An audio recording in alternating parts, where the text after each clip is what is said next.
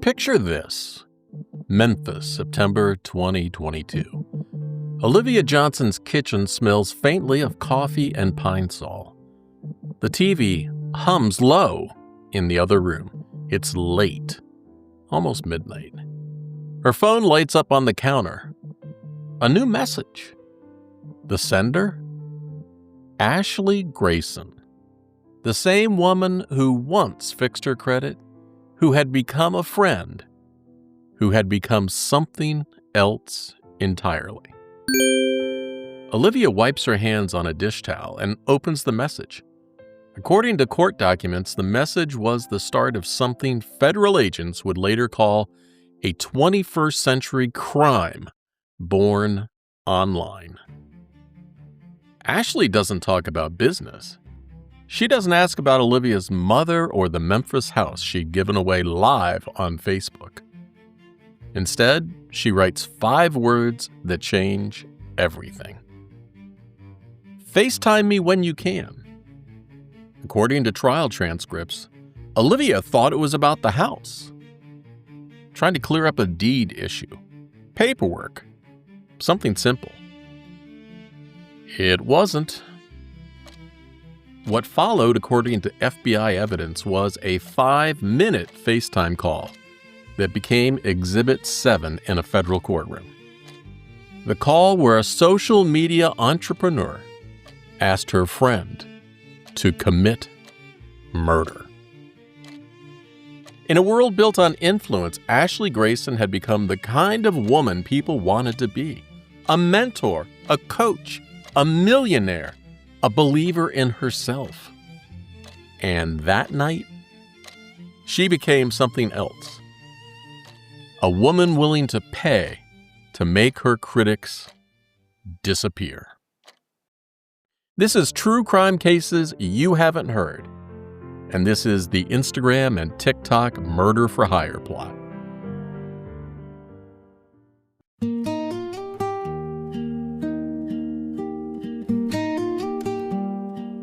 Before we start, let me tell you something about why this story matters to me.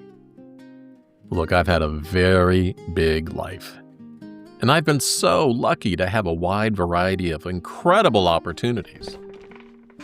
I'm Steve Rode. I spent 2 years as a police dispatcher taking emergency calls.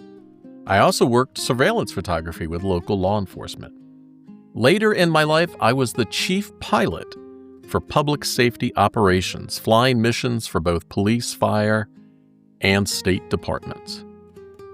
Those nights as a dispatcher taught me what panic sounds like. That quiver in someone's voice when they know help might not come fast enough.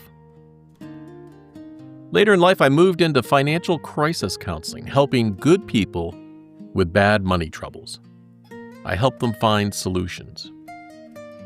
Over 3 decades, I helped thousands of people and heard thousands of stories about people at the edge, people who'd lost everything, even hope.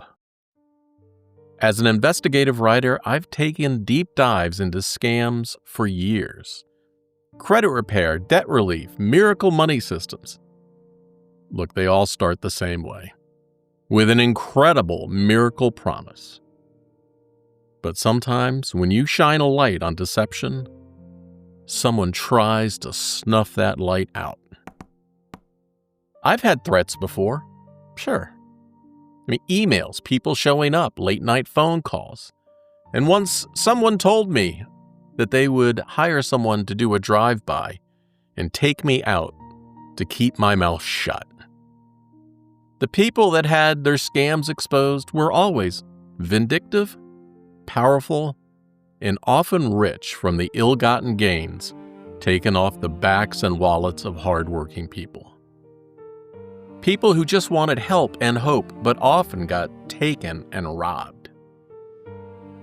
What I learned over the years was that if you care about helping people, you learn to keep talking anyway through the threats. And that's what I'm doing here today. So when I first came across Ashley Grayson's story, a woman who built a fortune teaching others how to change their lives online, It sounded familiar. She portrayed herself as a mentor, a success story, and a promise. But this time, the story didn't end with just simple financial loss. According to prosecutors, Ashley Grayson turned influence into intimidation. When people online questioned her success, she didn't just block them. She tried to erase them. Literally. What started as a Facebook friendship turned into a murder-for-hire plot. And the proof was captured in a 5-minute video recorded on a phone, just like yours. Every moment you'll hear in this episode is drawn from court transcripts, FBI affidavits, public filings, and recorded interviews. I don't speculate. I reconstruct. Throughout this episode, you'll hear from our friend, Dr. Patricia Wells. She's our series criminologist and a friend of the podcast. Her insights are based on established research and expert consultation. Dr. Wells is a fictional character I created to help explore the psychology behind cases like this. All the facts in this episode come from court documents and official records.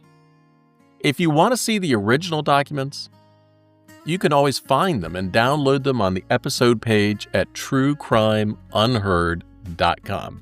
But for now, get comfortable, grab a beverage, put your feet up, and just listen. Because this story begins the same way most scams begin, with a message that sounds like help. And it ends with a courtroom, a sentence, and a question that still echoes. How far would someone go to protect an illusion? Let's start where it all began.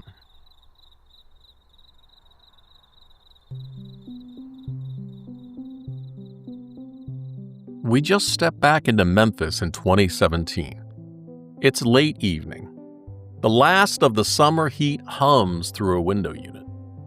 Olivia Johnson sits at her kitchen table, bills spread out like battle plans. Her phone lights up. A new message request. According to court documents, the message came from a woman named Ashley Grayson, someone Olivia didn't know but felt she should.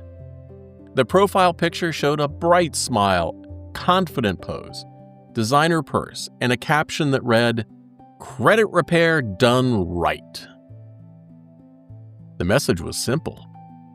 I can work on your credit for free if you'll post about the results. Let's help people see what's possible. Olivia looked at it twice. Free help?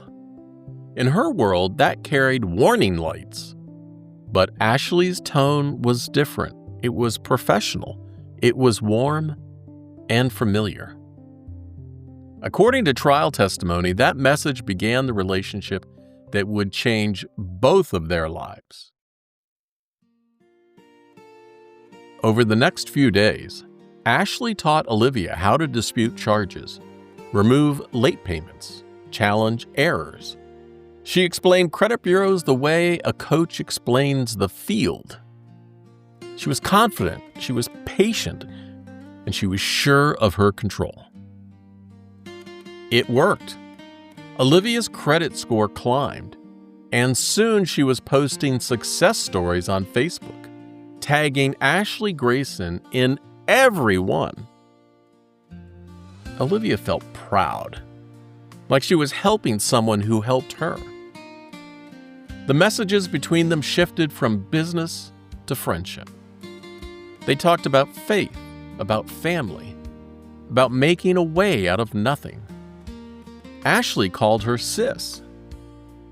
According to court records, Olivia told investigators that Ashley made her feel seen. She said, "She talked to me like I mattered, like she really wanted to help people." By 2022, Ashley Grayson had transformed that same pitch into an empire, teaching thousands of followers how to believe they could earn financial freedom. Her social media shimmered with success: a white BMW, a house with gold fixtures, and captions about prayer and prosperity. Her followers called her Coach Ash, and she called them family. But under the surface, the first cracks had already begun to show. Former clients posted about refunds that never came. TikTok creators accused her of exaggerating her income. One critic, Cheryl Hodge, claimed she had been scammed out of $2,000 and blocked for asking questions. Ashley called them haters. In my decades of experience, people that scam blame the ungrateful victims and never focus on fixing the real underlying issues that led to the complaints. According to court filings, the more people challenged Ashley, the louder she became, preaching that adversity was proof of divine favor. And Olivia? She stayed quiet, watched from Memphis as the woman who'd once fixed her credit seemed to be losing hers. But that first message, the one that promised help, that still felt like a miracle. She couldn't know it, but it was really a spark. Every story has a beginning, and this one started with 5 words, and the trust that would make everything possible.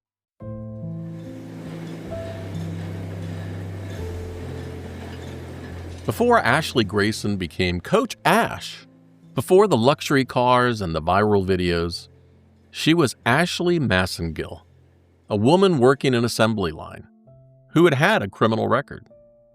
According to a 2022 video interview with Patrick Tate, Ashley's ex-boyfriend, the accident happened at a manufacturing facility, possibly an olive oil production plant. I'm not sure. She was on the line, routine work, and one moment of distraction. Patrick later described what happened. Her hand went in the machine and it snatched her pinky and part of her next finger, and it made it ground meat. That machine didn't just take her finger, it took her future as a factory worker. According to media reports, Ashley received a workers' compensation settlement. The amount was never officially confirmed in court documents, but it became the foundation of everything that followed. The money that was supposed to compensate her for loss apparently became the seed capital for an empire built on image.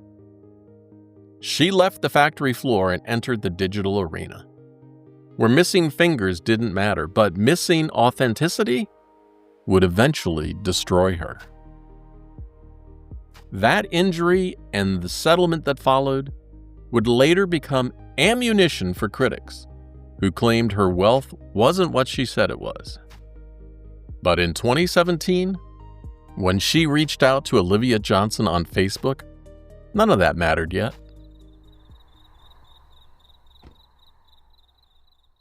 It's now June 2022. We're still in Memphis. But the story of a gift didn't start in June, it started 5 years earlier. According to a June 2022 Fox 13 Memphis interview, Olivia Johnson first met Ashley Grayson on Facebook. Olivia described the moment. We met on Facebook like 5 years ago. She hit me up through the inbox. She asked me, could I do promo for her and she could fix my credit. And I was like, yeah, cool. 5 years, not 5 weeks, not 5 months. 5 years of messages, of credit and debt advice, of building trust, of Ashley making herself indispensable. According to court documents, that relationship cultivated over half a decade. That was the foundation that made everything else possible. By June 2022, Ashley Grayson had become more than a business contact. She'd become family. According to trial exhibits, Ashley texted Olivia with an idea. Hey, she wanted to buy a house for a single mother who really, really needed help. Ashley is reported to have said, "Pick someone who really deserves it." Olivia thought immediately of her mother. So there was context Ashley didn't know, or maybe she did. According to Fox 13 in Memphis reporting, 4 months earlier in February 2022, Olivia's 7-year-old nephew, Legend Johnson, had been shot in his grandmother's home in South Memphis. Good news is the boy survived. He recovered at Children's Hospital, eating popsicles while doctors monitored his wounds. But his grandmother's house, the same house where he'd been shot, well, that had been a target of violence for years. Olivia told Fox 13. My mama's house was shot up like 5 times, just her living there for these 2 years. 5 times. Bullets through walls, fear every night. When Olivia submitted her mother's name, she included that detail, the shootings, the fear, the fact that a child had been hurt. Ashley responded almost immediately. According to trial exhibits, Ashley texted back, "I'm gonna pick the mama, my godmama. This house gonna make it to your family one way or another. LOL. Don't tell her yet though. LOL. You gotta help me surprise her." The day of the reveal, the air was thick with Memphis summer heat. Olivia stood in a driveway with her phone camera pointed at her mother. Her mother's hands covered her face. She was crying. I mean, that good kind of crying. On Facebook Live, Ashley narrated the moment. "We're blessing a family today." The video went viral. Thousands of shares, comments flooded in, hearts, fire emojis, praise, blessings. And in that moment, Olivia said something that would echo in a courtroom 2 years later. According to Fox 13 in Memphis, Olivia looked at the camera and said, Ashley is just everything to us. Like, we indebted, like, this is everything. And she knew it. Yeah. I'm indebted to her for the rest of my life. Forever indebted. 2 simple words that sounded like gratitude, but felt like chains. Olivia's mother, still overwhelmed, told Fox 13, She just keeps saying, "I feel like I'm dreaming. Like, this don't even feel real." It was real. The gratitude was real. But according to court documents, what Olivia didn't know then was that the deed stayed in Ashley Grayson's name.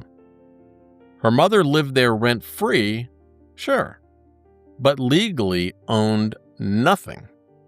What looked like a gift was leverage dressed in generosity. And 3 months later, just 3 months after that Facebook Live video, Ashley would call Olivia with a different kind of request. Not a gift this time, a debt to be paid. The timeline is devastating in its precision. June 2022. I'm forever indebted to her. September 2022. Ashley asks Olivia to commit murder. 3 months from hero to monster.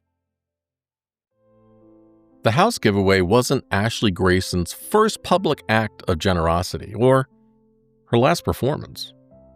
Now, according to a 2022 video interview with Patrick Tate, one moment stood out as particularly calculated. Patrick described a day when Ashley presented what appeared to be a giant ceremonial check, the kind you see in lottery commercials, and it was made out for $50,000. The recipient? Patrick's younger daughter. And the purpose? A college fund. Cameras captured the moment. Ashley smiled. Patrick's daughter beamed. The check was enormous. It was golden. It was impossible to miss. But there was just one problem. According to Patrick, speaking in that 2022 interview, that was cap. Cap, which is slang for a lie, a fabrication, a performance with no substance behind it. Patrick explained that he hadn't understood how ceremonial checks worked. Got that $50,000 massive check for my daughter for her college fund. That was cap. And I don't even like cool people talk, but that was cap. My thing was, I always thought that I only seen them big checks on TV. So I always thought when you get a check like that, that's the check. I didn't know that them big checks, you actually got to go to the bank and get a cashier check too. There was no cashier's check. No $50,000, no college fund. Just a photo op. Just content. Just another brick in an empire of illusion. The house to Olivia's mother, the check to Patrick's daughter, cars for Memphis single moms, all given according to Fox 13 reporting. Every gift came with a camera. Every act of kindness had an audience. But here's what made it work. Some of the gifts were real. I mean, the house existed. Olivia's mother lived there. And the gratitude was genuine. The performance was so good because it was built on truth, but just not all of it. And that's what made Ashley Grayson dangerous. She didn't just lie. She mixed truth with theater so seamlessly that separating them became impossible. That is, until someone pressed record. We are now boarding rows 30 to 40. Rows 30 to 40 through both doors 888. It's early September 2022. According to court documents, Olivia Johnson and her husband, Brandon Thomas, boarded a flight from Memphis to Dallas. Ashley Grayson had paid for everything: airfare, hotel, meals. It was a business opportunity, she called it. When they landed, the Texas heat hit like a wave. I know what that feels like. Ashley pulled up in a white SUV. According to testimony, Olivia climbed into the front passenger seat, while Brandon rode with Ashley's husband Joshua in another car. The road from Fort Worth to Dallas stretched straight through fields and half-built subdivisions. Olivia later told jurors that ride began friendly, just catching up, talking about the house, family, faith, and then the tone changed. Ashley gripped the steering wheel tighter, her voice dropped. People are trying to destroy everything I built, Liv. Jealous women, people on TikTok making videos, calling me a scammer. She paused. She looked at Olivia. You think people like that deserve to keep running their mouths? According to trial testimony, Olivia didn't answer right away. Ashley stared at the road. I need them gone. 3 of them. Olivia's pulse quickened. She later told the court, "That's when I knew this wasn't business." Ashley listed names. Cheryl Hodge, the TikTok critic. Patrick Tate, her ex-boyfriend. And Derica Harwell, her business rival in Mississippi. According to prosecutors, Ashley offered $20,000 each and $5,000 extra if Derica could be eliminated quickly. Olivia stared out the window. The Dallas skyline was ahead. The sun was going down and light was glinting off glass. She forced a calm voice. "Yeah, we can talk about it later," she said. Then she looked over, trying to sound helpful. "You know, FaceTime's better for that kind of talk. It's not traceable." Ashley nodded. "You know, that's smart. FaceTime can't be traced." Well, according to court filings, that single sentence, that lie, became the cornerstone of the case. Olivia was already planning to record it. She just needed to get home first. That night, she texted her husband, "Play along. We're going to get proof." According to prosecutors, the plan was simple. Call Ashley on FaceTime. Hold one phone close and use the other to record. Ashley would see Olivia's face, but not the camera that would destroy her. Every trap starts with trust, and Ashley Grayson had no idea she was walking into hers. September 10th, 2022 in Memphis, Tennessee. According to court documents, Olivia Johnson sat on the edge of her couch. 2 phones on the coffee table, one to make the call, one to record it. Brandon Thomas stood behind her off camera, watching the seconds tick on the clock above the kitchen doorway. Ashley Grayson's face appeared on the screen. Perfect lighting. Calm smile. According to trial transcripts, Ashley believed FaceTime calls couldn't be traced, and Olivia let her believe that.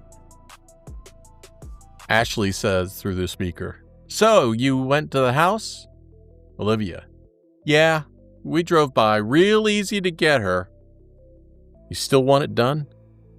Ashley, "I need it done as soon as possible." According to the recording entered as Exhibit 7, the call lasted 5 minutes and they talked about money and targets and timing. At one point, Ashley asked if Olivia had a gun, and Olivia told her she did. And Ashley laughed. "Good." She said, "Handle it." Olivia's hands shook. When the call ended, she stared at the phone screen for a long moment, and then sent the video to herself from Brandon's phone. According to FBI analysis, the transfer split the file in 2, and it lost 26 seconds of footage in the middle. 2 clips remained, both admissible and both damning. The next day, Ashley waited for the news, and Olivia texted her that the job's done. That night, Olivia and Brandon had staged their scene. They found a location with blue lights flashing in the background, wind against the phone mic, and sirens could be heard. According to prosecutors, they FaceTimed Ashley again, pretending they'd shot up Derica Harwell's house. And Ashley believed them. She promised $10,000 on delivery. The next morning, surveillance footage, Exhibit 12, captured Ashley Grayson in a Dallas lobby, handing Olivia Johnson a bag filled with cash, $10,000 in $100 bills. According to court documents, Ashley and her husband Joshua met with Olivia and Brandon to complete the transaction. The payment was made. The deal was done. Or so Ashley thought.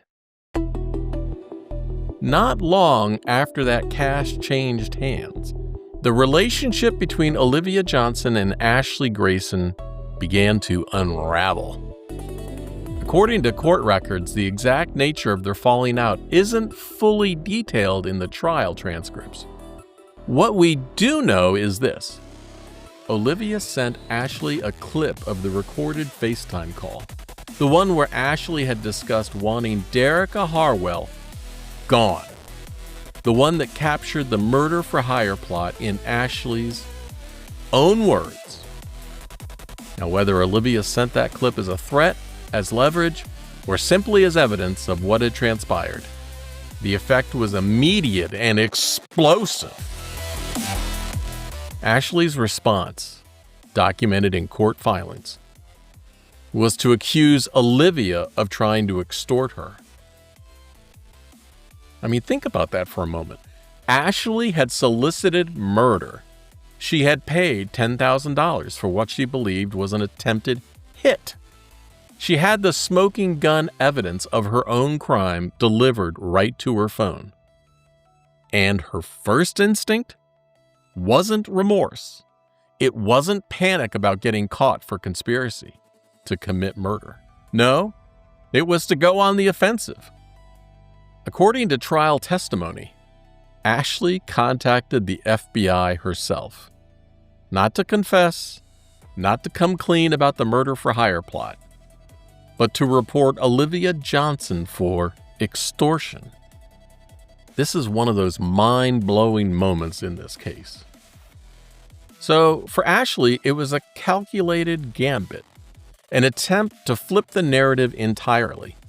If Ashley could successfully cast herself as the victim of blackmail, if she could convince federal investigators that Olivia was the real criminal here, maybe she could bury the whole murder-for-hire scheme before it ever saw daylight.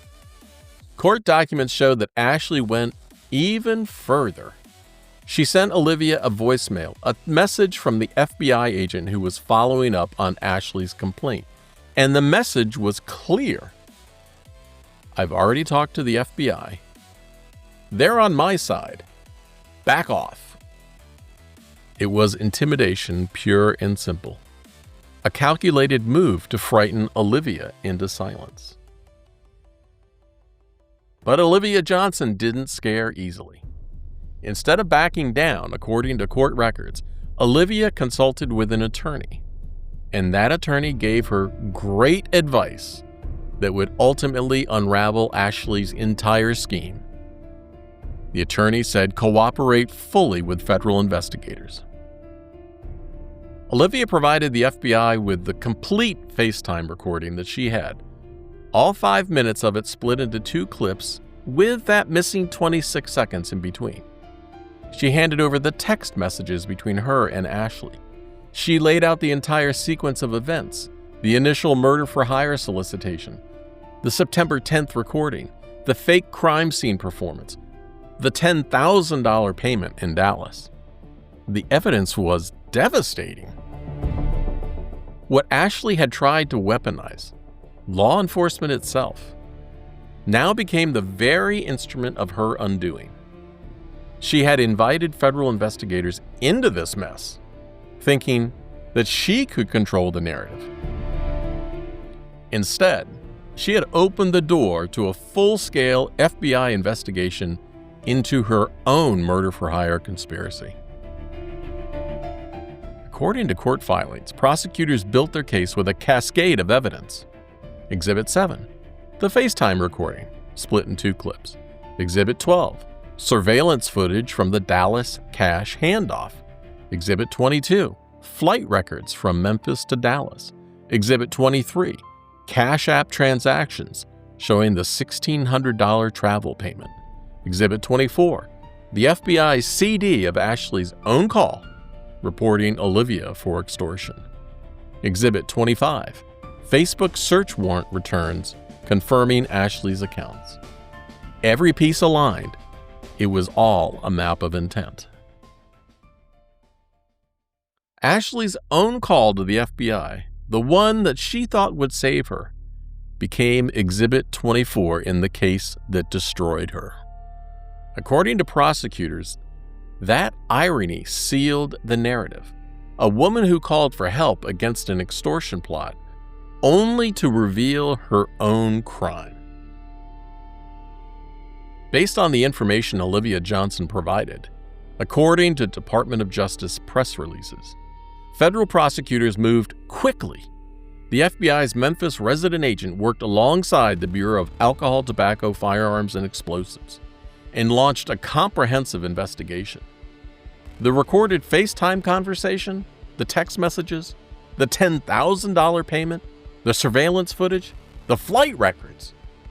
Together, court documents indicate they created a compelling narrative of criminal intent and action, a narrative that would soon lead to a federal grand jury. In the months that followed, jurors would watch the video in full. The FaceTime footage would fill the courtroom screen. Ashley's voice would come through clear. "I need it done as soon as possible." And then silence. That 5-minute call became the beating heart of the trial, the line between speculation and proof. And in those 5 minutes, Ashley Grayson went from entrepreneur to federal defendant, charged under Title 18 United States Code, Section 1958, use of interstate facility in commission of murder for hire. The trap had been set, the evidence had been gathered, and the federal government was ready to make its case. Hey, Dr. Wells, you and I have talked about this before. When I see cases built entirely on phone recordings, especially ones that aren't perfect, it always makes me wonder, how does that even hold up in court? You know what's interesting? The law doesn't actually care if a recording is perfect. The standard is just, can you authenticate it? Can you prove it's real? And the easiest way to authenticate something is when the person on the recording says, yeah, that's me. Which actually Ashley did when she talked to the FBI. Exactly. The moment she called the FBI and said, someone recorded me, she authenticated it herself. The missing 26 seconds? That goes to weight, how much the jury trusts it, not whether it can be used at all. Once she admitted it existed, the legal debate was over. Well, back to the story. By 2023, a federal grand jury had returned an indictment charging Ashley Grayson with conspiracy to use interstate facilities in the commission of murder for hire. According to the Department of Justice, her own call to the FBI was the final piece of probable cause. The trap had sprung, and Ashley Grayson had built it herself. Next, the courtroom, the video, and the verdict that divided a family. It's now March 25th, 2024, Memphis, Tennessee still. The courtroom was still when Judge Thomas L. Parker took his seat. Ashley Grayson sat between her attorneys, hands folded over her stomach. She was visibly pregnant. According to court transcripts, prosecutors opened with the 5-minute FaceTime video, the same call that began in a Memphis living room 18 months earlier. When the video started, you could hear Ashley's voice through the speakers. So, you went to the house. Yeah, Olivia said. We drove by. Real easy to get her. It's gonna be real easy to get her. I need it done as soon as possible. It's gonna be real easy. No one moved. No one coughed. The jurors' eyes stayed on the screen. According to the transcript, Judge Parker watched in silence, too. When the clip ended, the prosecutor simply said, "Exhibit 7, Your Honor." The defense argued that 26 seconds of missing footage made the whole recording unreliable. And Judge Parker instructed the jury that the missing time went to weight, not admissibility. The judge said a recording doesn't have to be perfect. It just has to be what it claims to be. Like the next week and a half, I'll throw extra $5 on there. Earlier, during jury instructions, he used a hypothetical. If a video said, "I'm going to kill somebody," well, that would be direct evidence of intent. And the defense objected. Judge Parker immediately clarified. That's just an example. You alone decide the facts. According to trial records, FBI agents followed with evidence the flight, the Cash App transactions, their surveillance video from Dallas. Each exhibit aligned with the timeline. When Olivia Johnson took the stand, she carried weight that wasn't in the evidence log. This was the woman who, according to Fox 13 in Memphis, had told cameras, Ashley is just everything to us. This is everything. And she knew it. The jury had seen that clip, and that gratitude, and that trust. And now? According to court transcripts, Olivia sat in the witness chair and testified about the moment that gratitude became fear. When the woman who gave her mother a house, allegedly, had asked her to take 3 lives. She admitted her motives: fear, leverage, and even curiosity about selling the video to TMZ. But her honesty, prosecutors said, made her entirely believable. Because the jury could see it, Olivia Johnson had been trapped between loyalty and survival, between a debt she felt she owed and a crime she couldn't commit. Get out of here. And in that impossible position, she chose to press record. And then came Derica Harwell. According to court transcripts, the woman Ashley Grayson had wanted dead walked into that courtroom and sat in that witness chair. Later, in a social media post dated March 29, 2024, Derica wrote, "Taking the stand yesterday was one of the most difficult things I had to do. I endured so much privately, and a good 50% of it was about to be on display." She thanked Olivia and Brandon for showing up and contributing to seeing justice served. And the jury watched in silence as she testified about the harassment, the threats, the moment FBI agents told her someone had paid to have her killed. After cross-examination, the government rested. The defense called no witnesses. The next morning, closing arguments began. The prosecutor stood before the jury and said, 5 minutes. That's all it took. He played the video again. Well, when y'all Ashley get Grayson's together, voice filled the Josh gonna try room. to come after y'all do it. "I need it done as soon as Okay, possible." okay. Cool. When the sound faded, the prosecutor looked at the jury and said, "Intent doesn't need an ending. It just needs a beginning." Get out of here. According to court documents, the jury deliberated for 3 hours. At 4:17 p.m., they returned, and the clerk read the verdict. "We, the jury, find the defendant, Ashley Grayson, guilty." Joshua Grayson, tried alongside her, was found not guilty. Ashley Grayson sat still, no tears, no words. Her hands rested on her stomach. A few rows back, Joshua bowed his head. According to observers, Judge Parker thanked the jurors for their care. He set sentencing for October 31st, and before he left the bench, he said, "A verdict is not the end of a story. It's the beginning of accountability." The woman who once said, "I'm forever indebted to her," had just helped send her benefactor to prison. But the debt, if there ever was one, that had been paid in full. A week after the verdict, Memphis felt quieter. Ashley Grayson sat in a county custody, awaiting sentencing. Joshua Grayson, acquitted. He walked out into the gray air, a free man. According to social media archives, Joshua went home that night and opened his phone.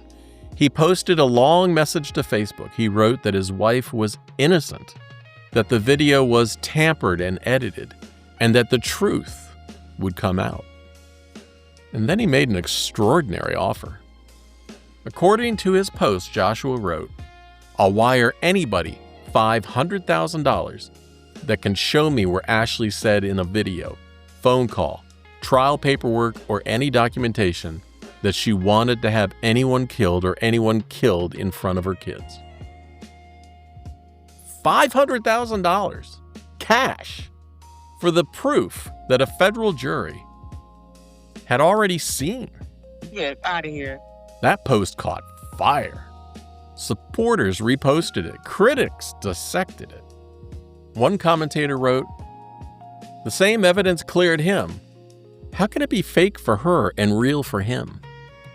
That's a good question. Another said, "He's protecting his family. You do the same."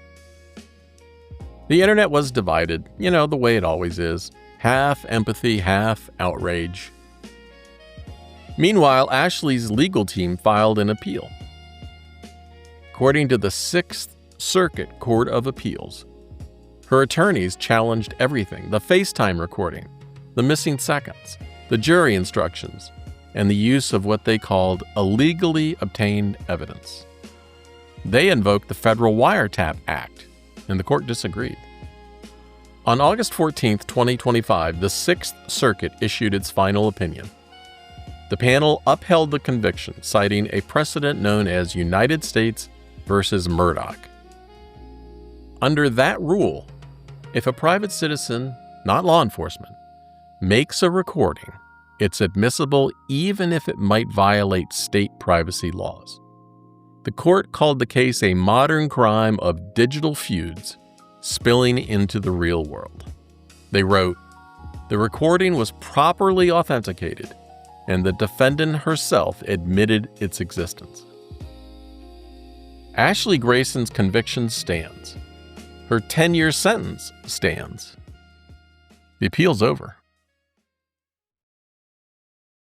Dr. Wells, I've been following this appeal closely, and what strikes me is how much bigger this could have become. I mean, this case tested something we haven't really figured out yet as a society. I mean, what are the rules when someone records you on FaceTime? That's a great question, Steve. Here's what I can say. The Sixth Circuit said if a private person does it, even if it might break state law, the evidence is good. But other courts have said the opposite. That split could have gone to the Supreme Court. In this case, the circuit resolved it decisively.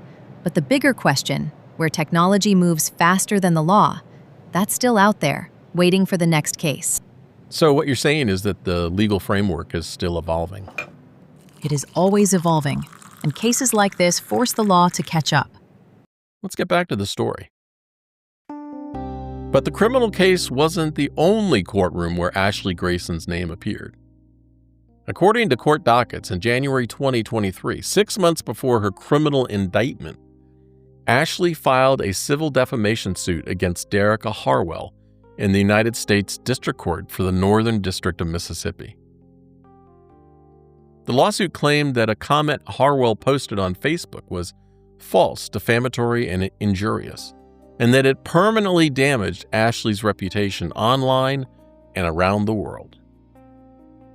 According to the complaint filed by Harwell in response, the lawsuit was an attempt to cover up the murder-for-hire investigation. The case was put on hold during Ashley's criminal trial. In May 2024, after Ashley's conviction, her attorneys filed a motion to have the case proceed and to continue the defamation lawsuit. Judge Roy Percy denied it. As of the recording of this podcast, the case remains open and limping along. Ashley's conviction stood. Her sentence? 10 years, a decade in federal prison. That stood. But her story wasn't over. There was another case, still unfolding in yet a different courtroom. A civil lawsuit that would allege Ashley Grayson's pattern of harm continued even after the verdict. And next, the lawsuit that kept her name alive long after her sentence had been handed down. According to court documents, there were 3 names on Ashley Grayson's list: Cheryl Hodge, Patrick Tate, and Derica Harwell. 3 people living ordinary lives. Well, that was until the FBI told them they had almost been killed. Cheryl Hodge was the first. She lived in North Carolina, a TikTok creator, single mom, and a former client of Ashley's online course. According to media reports, Cheryl made short, confident videos about financial literacy, the kind of thing Ashley used to post. And then one day, for whatever reason, she uploaded a warning video. "Be careful who you send money to," she told her followers.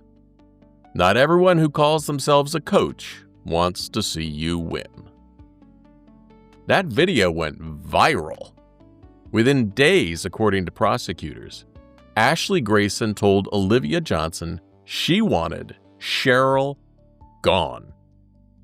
When the FBI knocked on Cheryl's door months later, she thought it was a mistake. And then an agent said her name had appeared in a murder-for-hire plot. Cheryl Hodge sank into a kitchen chair and whispered, "I just make videos." Patrick Tate was next, Ashley's ex-boyfriend. According to court documents, they had broken up years earlier. But she believed he was threatening to release personal information about her. We don't know what that was. In December 2022, months after the murder plot, but before the indictment, Patrick gave a tell-all interview to social media personality Tasha K. The video was titled Ashley Grayson's Ex-Boyfriend and Business Partner Patrick Tate Tell All. Murder for hire, scamming, and more. The interview went viral. Patrick described the business relationship that soured, the threats, the fear. He spoke publicly before law enforcement went public. By the time the FBI showed up months later, Patrick was already living with the weight of his own exposure. He ran a small auto detailing business outside Dallas, and maybe he was still doing IT work, I'm not sure. But the day agents officially visited, he was polishing a car in the driveway, and they told him he'd been named as a target in a federal case. It said he looked at the agents and then his wife standing behind them and said, "Over what? Words?" And then there was Derica Harwell. Good old Dr. Harwell. The rival who never should have been a rival at all. According to court filings, Derica lived in South Haven, Mississippi, and she ran a digital coaching and credit repair business, just like Ashley. But here's what makes this story different. They never met in person. Not once. According to a 2022 interview, Derica explained how the relationship began, and it wasn't what anyone expected. You see, Derica had reached out to Ashley first. Let that land for a moment. The woman Ashley would later try to have killed was the one who extended the olive branch. According to Derica's account, she noticed a pattern. Anytime someone praised Derica's work online, they'd get blocked by Ashley. Former students, followers, even a millionaire client who'd hit six figures. So Derica did what she thought was professional. She sent a message. According to the interview, she wrote, "Hey, I'm actually pretty dope if you get to know me." The response was immediate. A 3-hour phone call followed by what Derica later described as just a beautiful conversation in the moment. They bonded over everything. Both had reconnected with their fathers after decades. Both had complicated relationships with their mothers. Both loved the color red. And both had miscarried. And both were building empires in the same space. Derica told the interviewer, My dad, and it's no secret, I reconnected with my dad after 30 years. My dad was incarcerated. He lives an amazing life now. But I was just like, oh my gosh, I just reconnected with my dad. And she's like, I just reconnected with my dad. It was at that point in time, I thought it was so great. And now that I look back and knowing that you had already looked me up and had known certain things, it was extremely eerie to me. It was very sick to me. It was one of those things, like one of those movies where, the guy watches the woman and then he becomes everything for her, but he has this hidden motive. That's what it felt like. because Ashley hadn't just stumbled across Derica recently. According to Derica's account, she later found Ashley commenting on her Facebook posts from 2016, years before they ever spoke. Ashley had been watching and studying and building a narrative in her own mind. And then came the gifts. According to Derica's interview, whenever tension arose, whenever Ashley threw shade or made a passive-aggressive comment, a gift would arrive. Tiffany diamonds, designer shoes, flowers. Derica called it the kiss of death pattern. Every gift came with an unspoken message. I'm sorry. We're good. Don't leave. But Derica's instincts told her something was wrong. So she did what she does with everything. She cut it off cleanly. No argument, no explanation, just done. According to her interview, I was complete and totally taken back when the FBI knocked on my door. And the reason being is there was never an argument. Usually when someone wants to see you unalived, it is because you've done something to them. You've affected their business. You've done something to their children. You've done something with their spouse. You know, it's typically something that drastic. We didn't even have an argument. Once I was able to see precisely who this person was, and I was able to acknowledge the red flags for what they were, I cut it off. And my cutoff game is very serious. Once I'm done, I'm done. There's no need to explain because even when I finish explaining, I'm still done. Ashley didn't take it well.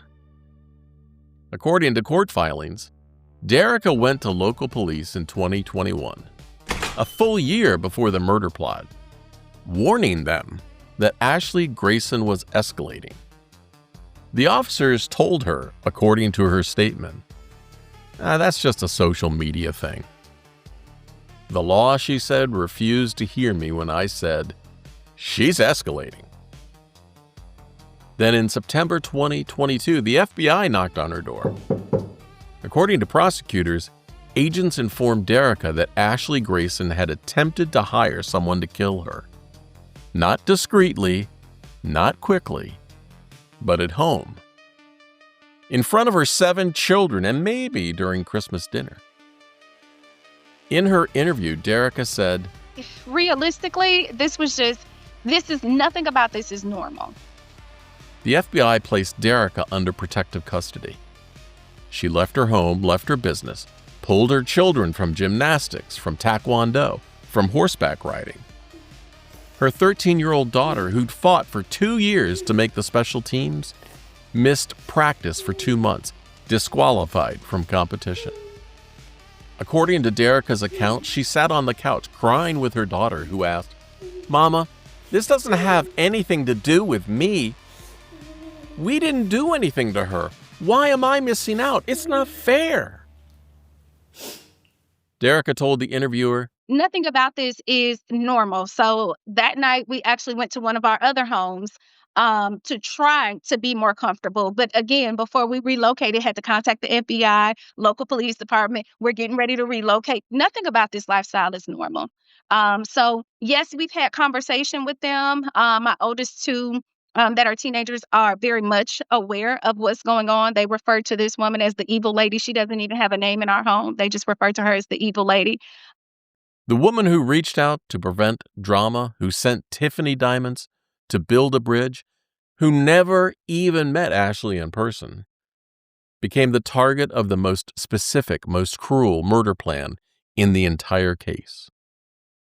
And when she finally returned home months later, she closed her laptop and didn't open her business page again for 6 long months. According to the sentencing memorandum, none of the 3 victims spoke in court, but prosecutors read their words aloud. One line lingered in the room. Quote, "Every day I wake up grateful I'm still here." Unquote. Dr. Wells, Patricia, this is something I just can't wrap my head around. 2 of these 3 people had never even met Ashley in person. How do you process learning that a stranger on the internet wanted you dead? It's completely disorienting.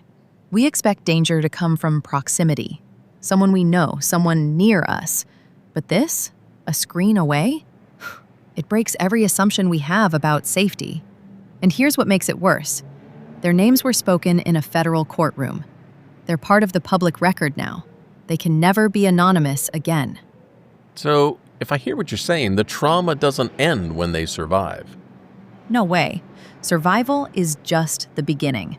They have to rebuild their sense of safety, knowing that someone's ego, someone they'd never met in person, almost cost them everything. Let's get back to the story. The 3 targets survived because Olivia Johnson hit record instead of a trigger. Ashley Grayson's empire collapsed. But for the people she targeted, survival came with its own burden. The knowledge that a stranger's ego had almost cost them their lives.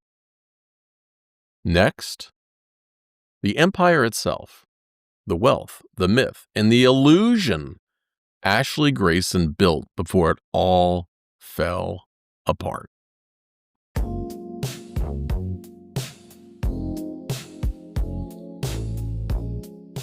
Ashley Grayson's empire wasn't built in a boardroom. It was built on Wi-Fi. According to court filings and archived videos, she called herself Coach Ash, a woman who claimed she had made $1 million in 40 minutes selling an online course. In one clip, Ashley is in a gold-lit office, laughing, timer running. "That's 40 minutes, she shouts. "That's $1 million.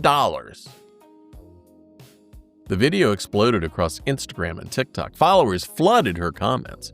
Hearts, fire emojis, praise hands. But behind the filters, something else was forming. Olivia Johnson once said Ashley made her believe that success was contagious, that faith and hustle and hashtags could change your life. And for a while, they did. That's just what happened.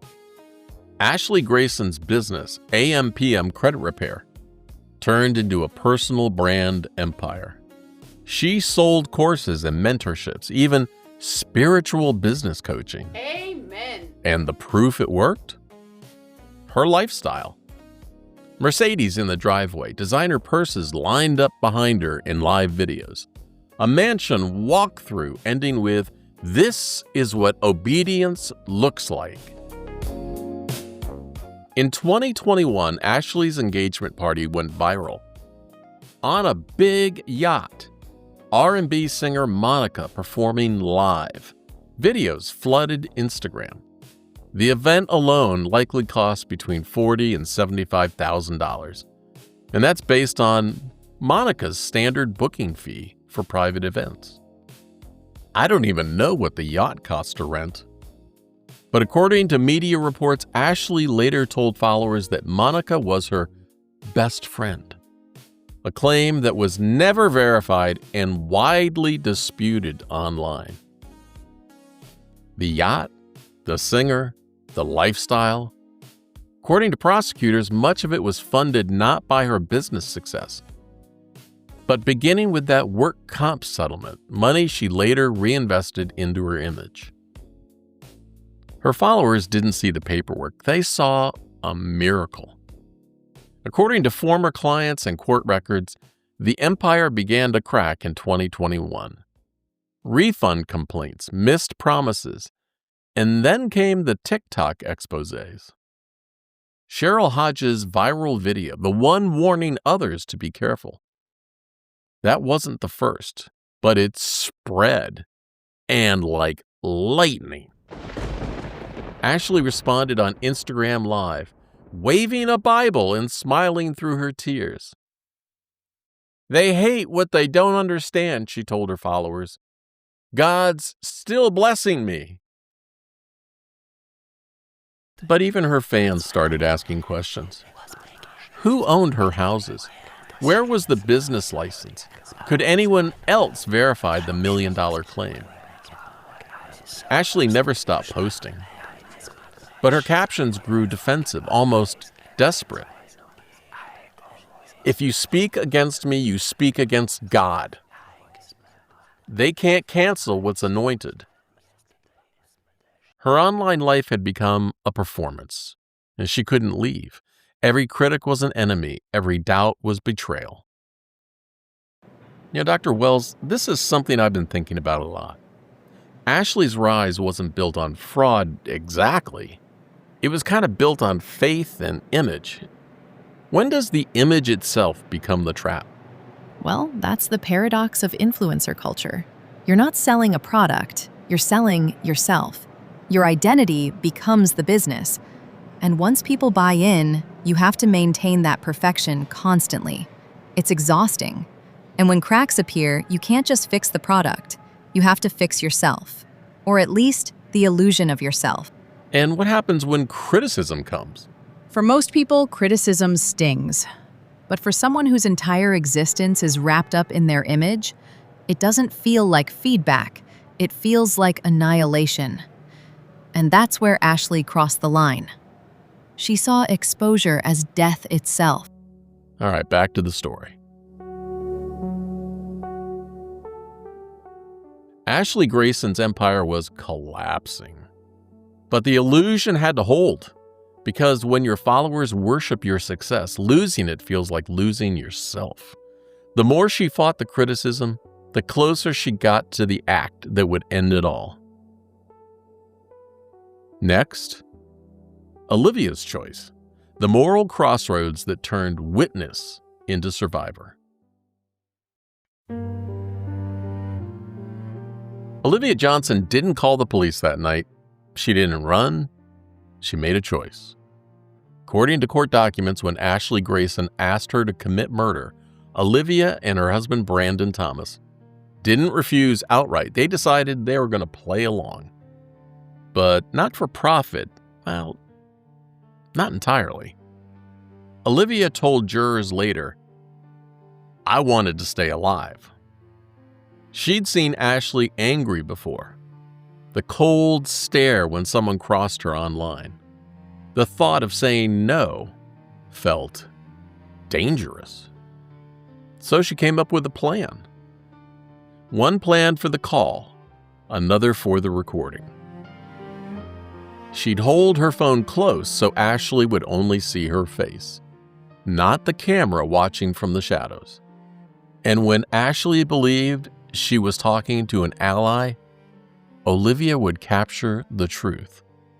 Her truth, Ashley's crime. According to trial testimony, Olivia didn't see herself as a hero, just as someone who needed to survive. But survival, it can blur lines.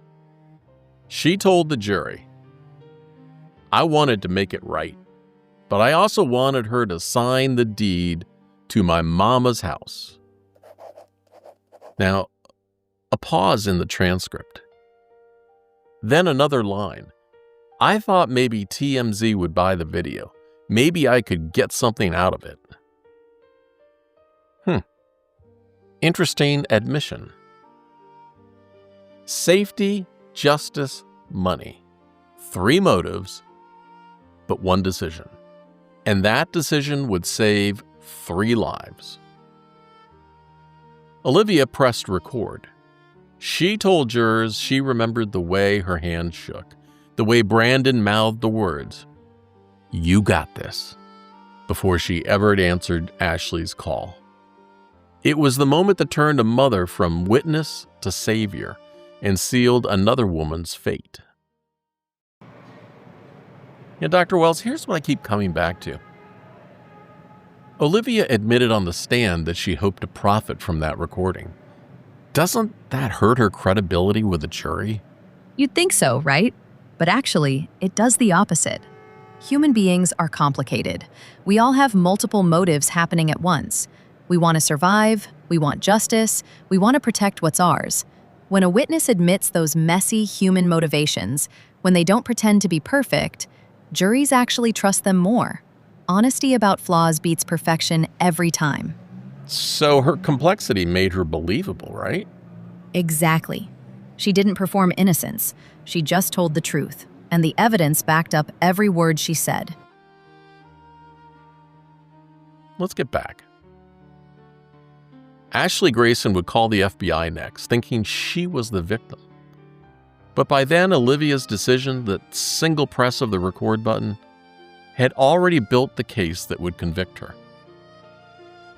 Next, the split verdict: 2 defendants, 1 marriage, and 2 very different futures.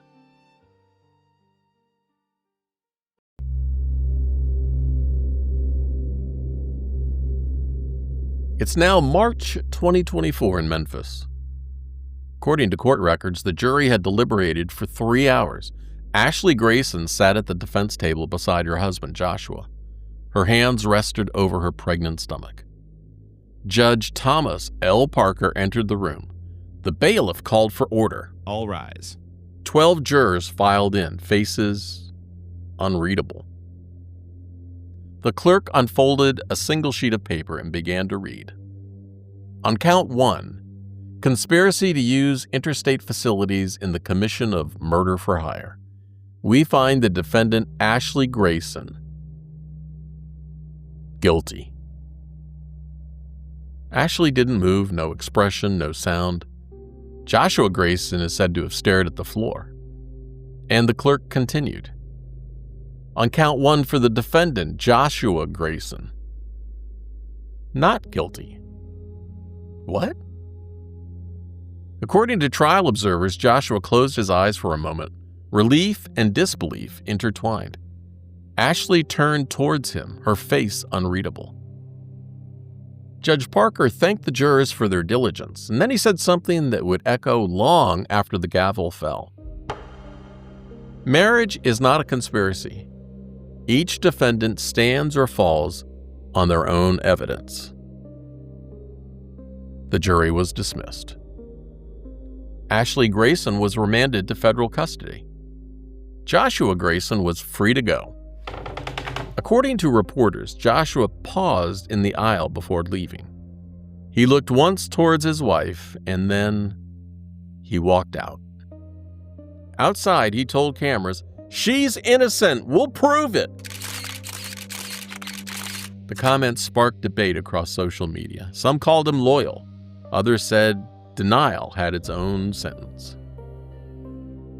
Inside the courtroom, Judge Parker prepared to close the session. He reminded both sides that sentencing would come months later, and that justice, as he put it, must balance mercy and accountability.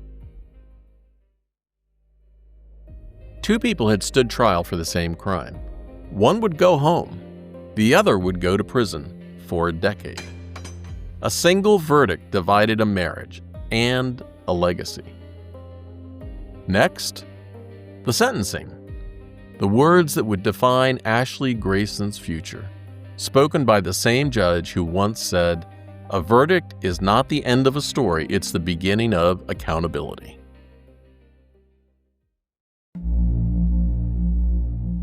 It's Halloween 2024 in Memphis, Tennessee. Boo. According to court transcripts, Ashley Grayson entered the federal courthouse just before 10 a.m. She was 4 weeks from giving birth. Her wrists were free, her steps were slow. The courtroom smelled faintly of polished wood and coffee gone cold. You know that smell. She sat down beside her attorney and the judge entered. Everyone rose. Judge Thomas L. Parker called the case number and said, "United States versus Ashley Grayson." And then for a moment, he just looked at her. I wonder what he was thinking. According to court records, the prosecutor spoke first. He said, Ashley's crime was a 21st century tragedy of ego and illusion. He read from the victim impact statements, and one line filled the air. "Every day I wake up grateful I'm still here." The prosecutor paused and then added, "They're alive because Ms. Grayson failed." The defense argued for leniency. They pointed to her pregnancy, her children, her lack of prior record. They said, "No one was hurt." But when Judge Parker spoke, the courtroom stilled. "You weaponized relationships of trust," he said. "You took loyalty, friendship, and turned it into leverage." According to transcripts, he continued, "This sentence isn't revenge, it's reaffirmation. Human life has value, and intent to destroy it cannot go unanswered." Then he imposed the maximum: 120 months in federal prison, and then 3 years of supervised release.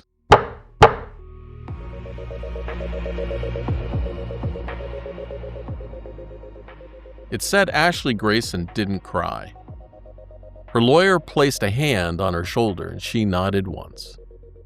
Joshua Grayson sat behind her, head bowed, his hands folded tight. Outside, reporters waited.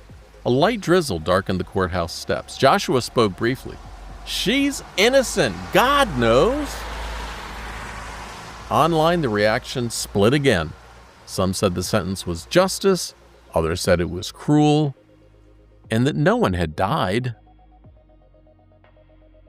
One comment read, "She tried to have 3 people killed over TikTok posts.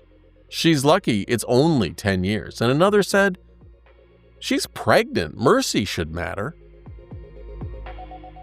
Inside, Judge Parker closed the hearing with one final sentence. "The story you built online is over. The one you live from here is real." Ashley Grayson was ordered to surrender to federal custody after giving birth. Her influencer accounts went dark. Her empire dissolved. And the woman who once preached prosperity would now spend a decade learning silence. Next, the aftermath, the appeals, and the lawsuit that proved influence doesn't always end when the cameras do.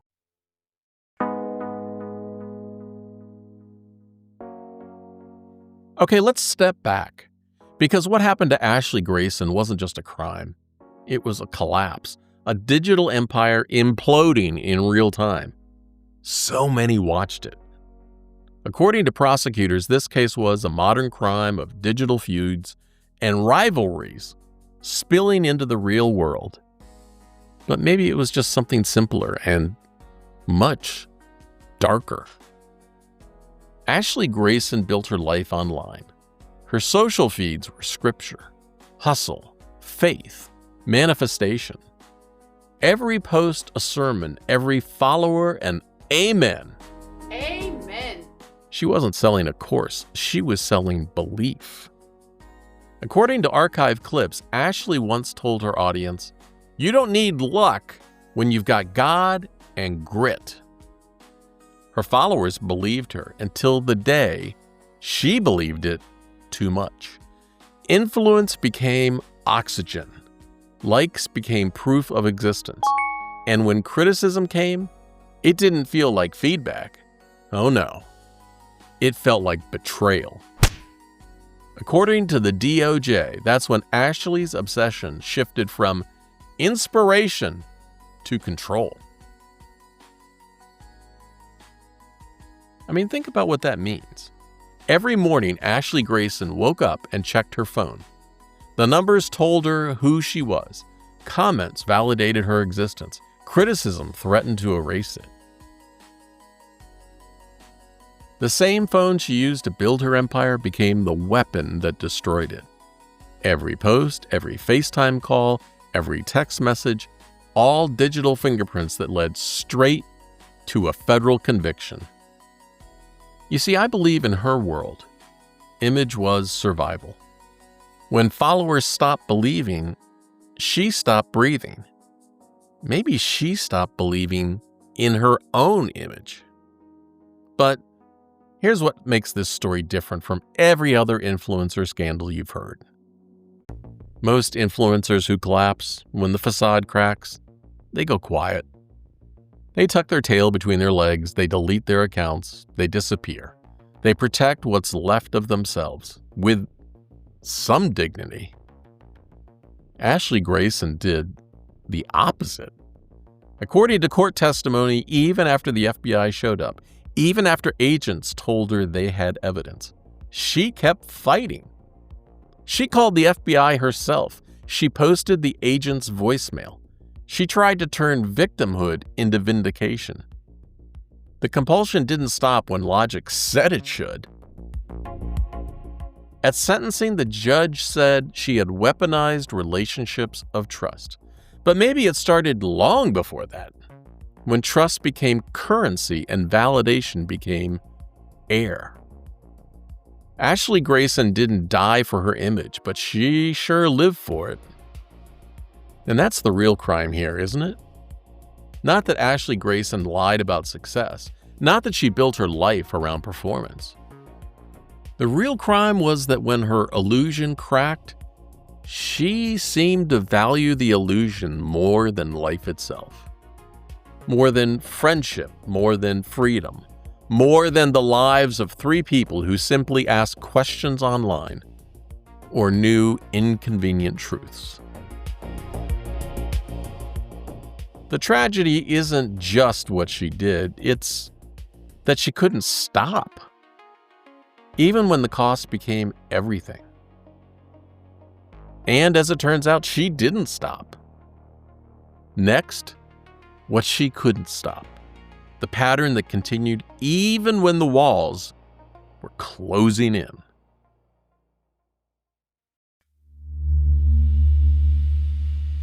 Let's jump back for a moment. Back to July 2023 in Memphis. A federal grand jury had returned an indictment charging Ashley Grayson with conspiracy to use interstate facilities in the commission of murder for hire. The indictment went public. Her name was in the news. The FBI had her on tape, asking Olivia Johnson to commit murder. Ashley Grayson was facing decades in federal prison. We know that. You'd think that would be enough. But 1 month later, according to court filings in a separate civil lawsuit, Ashley Grayson wasn't done and allegedly struck again.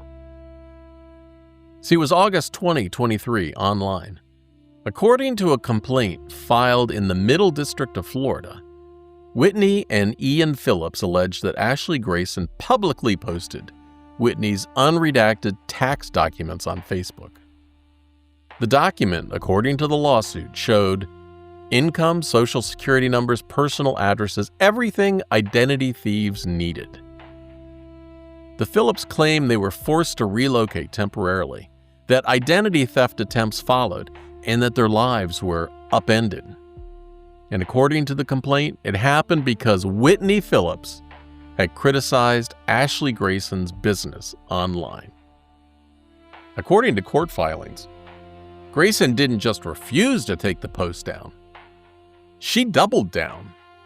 When Phillips reached out asking for the content to be removed, the complaint alleges Grayson responded publicly, insisting she'd done nothing wrong, and even mocking Phillips's request. Press coverage of the exchange describes Grayson as smiling and unapologetic, and during a live stream where she dismissed the criticism outright. That reaction, defiant, confident, and broadcast to thousands, became a flashpoint. It wasn't just a disagreement anymore.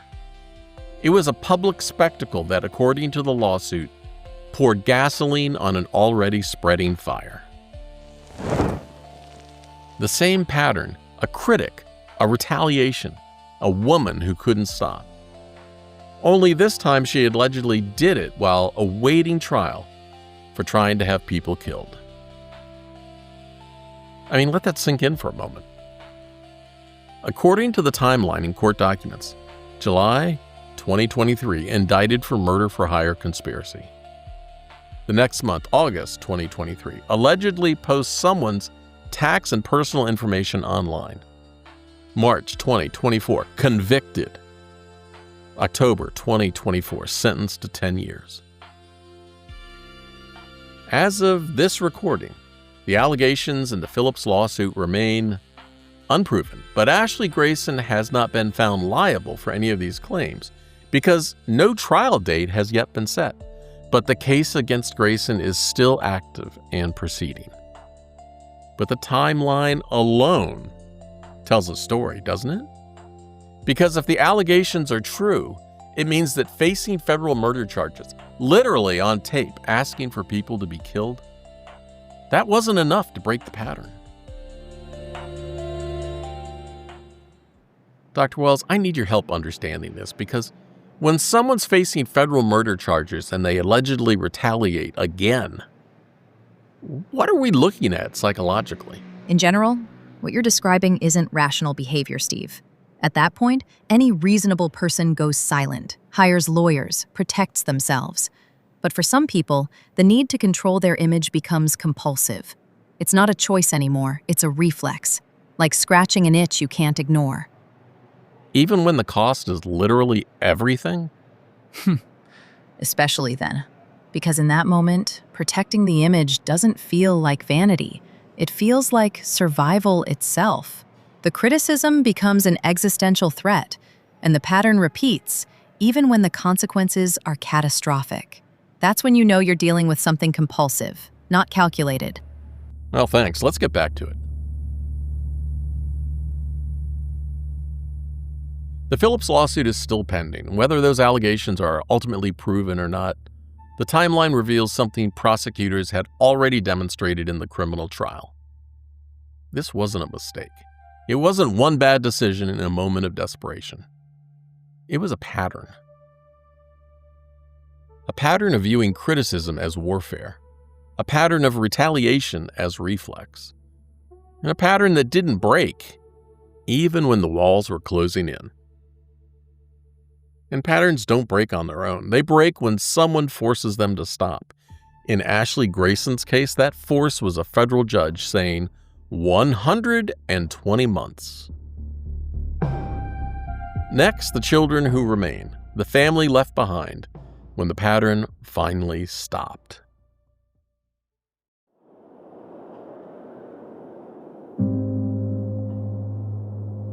Now, there's a part of this story that court documents mention but don't linger on. It's the children. When Ashley Grayson was sentenced to 10 years in federal prison, she was 4 weeks from giving birth. Her 2 older children were born in rapid succession before. According to media reports and court observers, her first child was approximately 2 years old. Her second was still an infant. Both were old enough to notice mommy was gone, too young to understand why. According to Bureau of Prisons records, Ashley will serve at least 85% of her sentence. That means when she's released, it'll be 2033. Her oldest child will be about 11 years old. Her middle child will be about 10.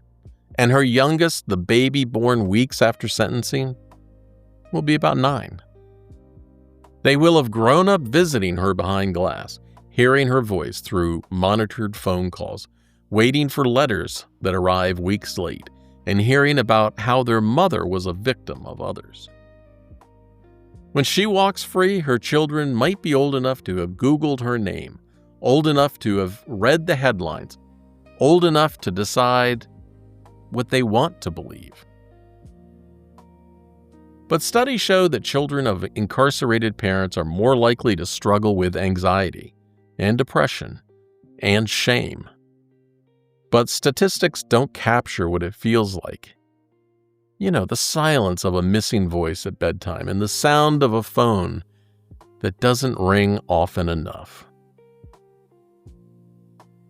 Her children will grow up hearing their mother's voice through recorded calls, monitored, timed, and cut off at 15 minutes. According to child advocacy research, those calls create what psychologists call fragmented connection. It's a relationship built on delay and interruption. It's love that arrives on a schedule. Now, Joshua Grayson, acquitted and free. He will raise them alone. In social media posts before he went silent, he said, "My kids will know their mama was framed." That belief may comfort him, but it it complicates their truth. Dr. Wells, how do children process this kind of story? When one parent is gone and the other parent insists the system got it wrong. In situations like that, it creates what we call a split reality. One parent is missing, the other defends them. The child learns early that truth is negotiable, that adults they trust can have completely different versions of what happened. Some grow up angry at the world. Others grow up trying to fix it. But all of them carry a kind of inherited sentence, the story they didn't choose. Ashley's children will see her name in search results long after her release. The internet is like an elephant. It never forgets. They'll see the headlines, the house giveaway videos, the courtroom sketches, and someday they'll have to decide what they want to believe. The real victims of this story aren't just the people who almost died. They're the ones who still live with what their mother did and what she told herself she was doing it for. Next, the people who survived her choices, the 3 lives that continued.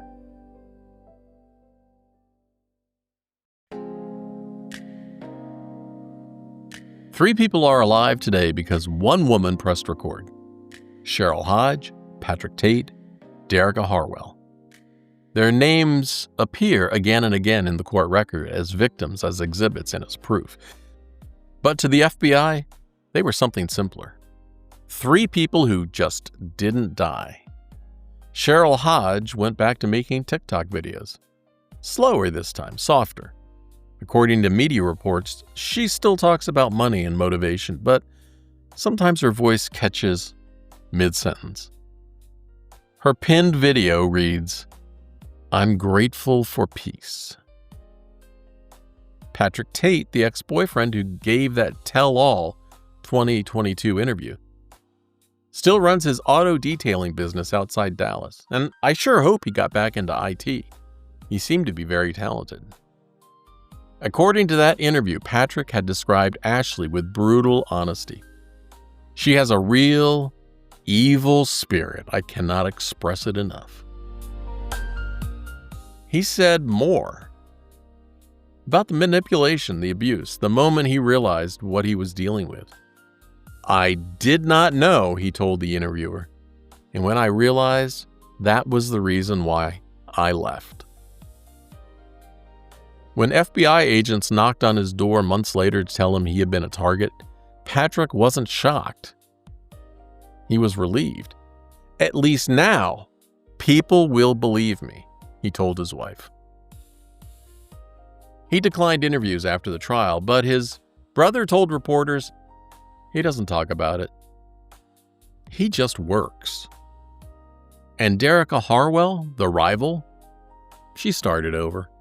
She deleted her old pages, rebranded her business, and moved her workspace to a storefront with no address listed online. According to the DOJ's sentencing memo, she told investigators she just wanted to feel safe, leaving the house again. That's not unreasonable. But there's a 4th person in this story whose survival came at a different cost. Olivia Johnson. According to court records, Olivia fulfilled every cooperation agreement with the FBI. She testified for hours. She handed over everything: the video, the text, the timeline. She helped convict the woman who once fixed her credit, who had given her mother a house, and who made her feel seen. According to media reports, Olivia and Brandon Thomas moved quietly out of Memphis after the trial. No forwarding address, no social media presence. In her last public statement before disappearing, Olivia told a reporter, "I did what I had to do, but that doesn't make it easy to live with." The law called them intended victims. The truth is, they're survivors, living with the knowledge that their lives were once traded like currency. And one of them, Olivia, carries something the others don't: the knowledge that she was trusted completely, manipulated thoroughly, and forced to choose between loyalty and survival. Dr. Wells, I think about those 4 people a lot. 3 were targeted, 1 was manipulated. What stays with someone after surviving something like this? For the 3 who were targeted, Sherelle, Patrick, Derica, it's the disorientation. Most of us assume danger comes from proximity, but this, a screen away? It shatters every assumption about safety. And for Olivia?